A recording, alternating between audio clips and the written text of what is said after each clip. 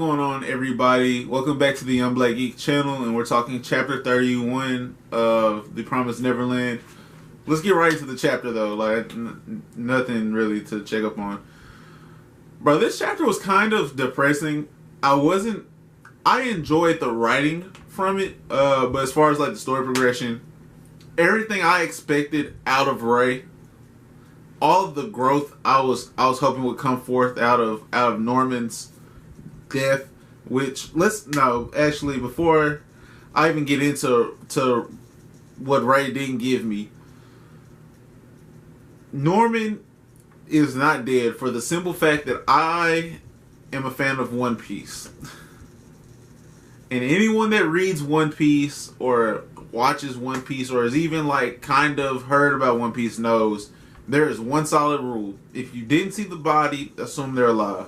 So we didn't get like a picture of the confirmation. And mind you, we saw Chrome. We saw Connie. We didn't see Norman, a main character. Nah, alive. Lock that in. But the way that Ray withdraws from this is everything. I guess it's a confirmation of his character. But it's everything that we were hoping to see him grow out of and start to change. And while, yes, I know how the end of this chapter seems, and I'm going to get to that, it did not suit what it should have. It didn't get the job done the way it should have. So, Mom is the catalyst to this chapter for sure, and you could argue she's been the major catalyst to this entire arc. But in this chapter, Mom shows us at least three major sides to her character, where she does come as a soothsayer, as a snake's oil or toad's oil salesman. Honestly, just reading how she comes to Emma while Emma's at this major point of despair after Ray has decided that he's ready to give up on the escape plan and that there's nothing that they can do. And while they chose the perfect person to eliminate from this group with Norman, who his leadership was his greatest ability, his greatest contribution to their group.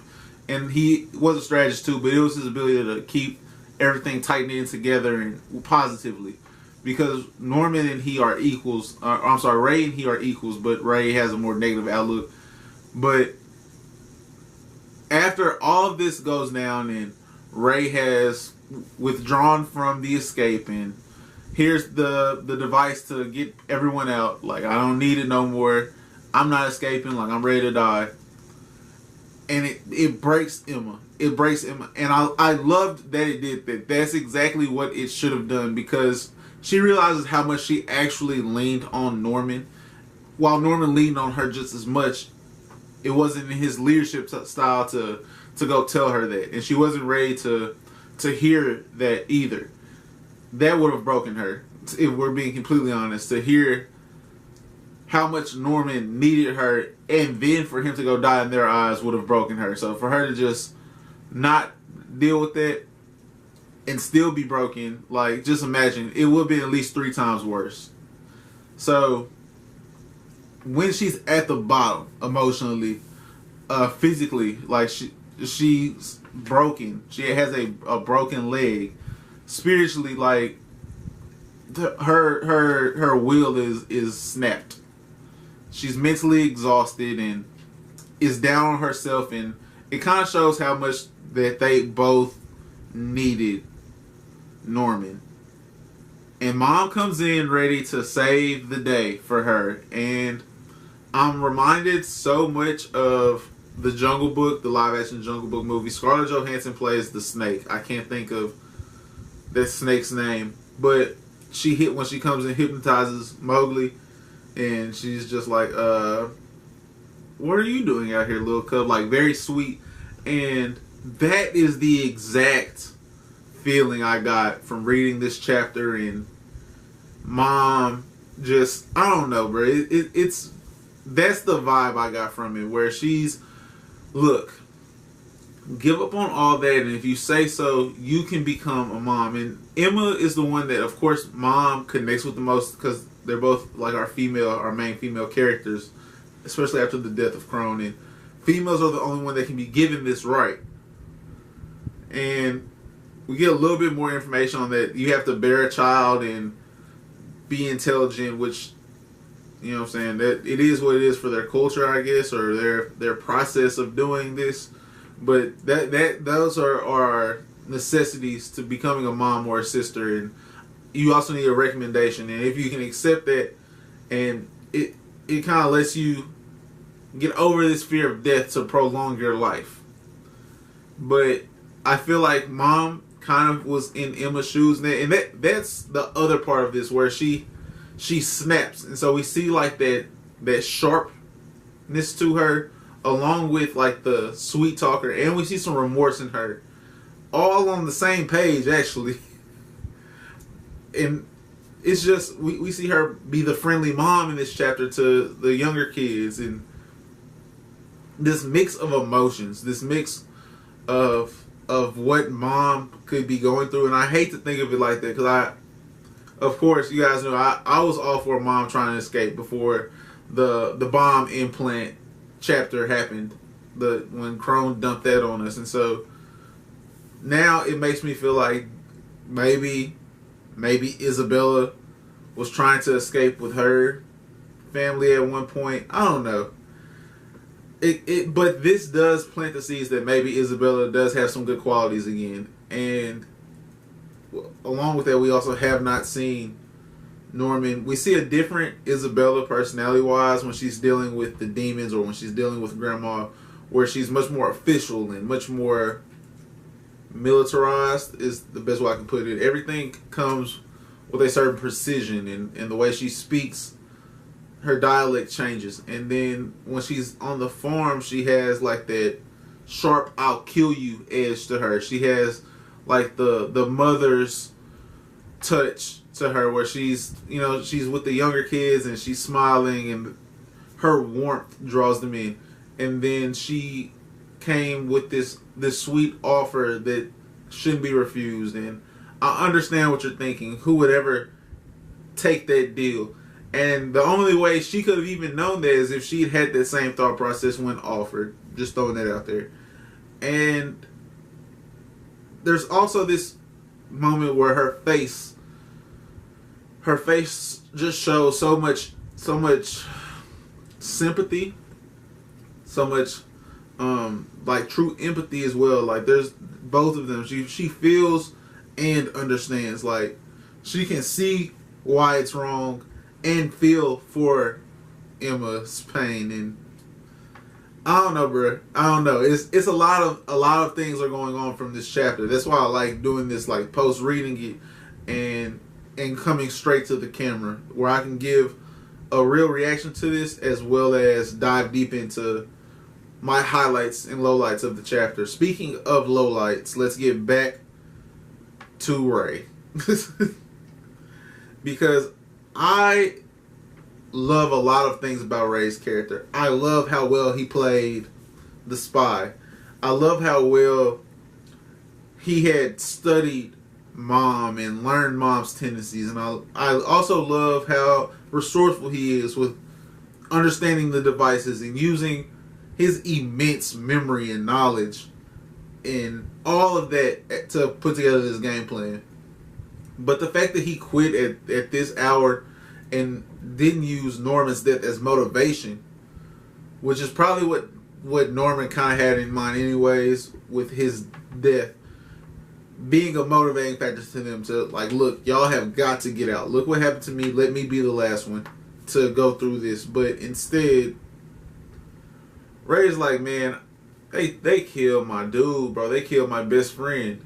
They could take me too. Like I don't have it in me to fight no more. If it happened to him, I know it's gonna happen to me. And I guess my expectancy of him as a character, and it's tough because you have to remember their age and their level of maturity, where that could be something that just has not kicked in for him yet. but with as intelligent with his intelligence, as intelligent as he is specifically, and as many people as that are depending on him, that know that they're depending on him, and the ones that have no idea that their lives are at stake, the younger kids that have no idea what else is going on, for those people to be looking up to him now, like you're the top dog in the house right now. Come on, man. There's you gotta stand taller than that. You got to. And Don and Gilda, I love how the younger kids are picking up on their disparity. They're picking up on like the gloom around the house now that Norman's gone, and I don't know if that will take a decrease in their stock, because this happy environment for these kids to grow up in is what improves like their worth as stock. It improves their quality, if you will. And the mood in the house has shifted, because from the top down, the older kids are now in this mindset that it's all over. And all the kids that are looking up to them are emotionally feeling that and contributing to the drain without even realizing it. They're also down. The morale of the house is down. So my biggest question in this is, how does the ending of this chapter, where Ray is sitting at the table and Emma comes down, and it's the day before his birthday, and we get a date. It's January 14th, 2046, which I love that we understand that we're in the year 2046. I'm sure it's been said before, but I'm always happy to be reminded of our time period. But how does the end of this chapter, where it's like, did you completely give up, and you see like that Grinch grin kind of creep up on Emma's face? That's so telling for me. I'm so happy with it, that maybe just maybe my feelings throughout this chapter of him being soft, for lack of a better term, him being soft is wrong. This next chapter's gotta go brazy for me, because as it was, I cannot. This was a 2 fire emoji chapter for me, bro. Two.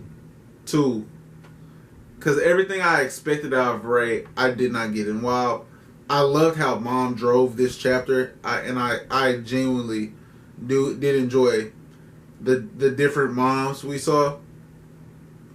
The fact that Ray quit on the squad, bruh. This next chapter better come with it for Ray, or like I'm gonna have to reevaluate who my favorite character is. And not to be whimsical, but there's been no growth. We got like a baby step to fall down, to slip and fall back. Nothing. Like this video if you liked it, man.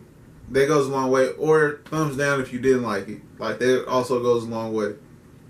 Subscribe to the channel if you're new, and hit the notification bell so that you'll be alerted when new videos are coming out. In the comment section below, let me know who the most disappointing person was in this chapter, because Emma being broken, I understood.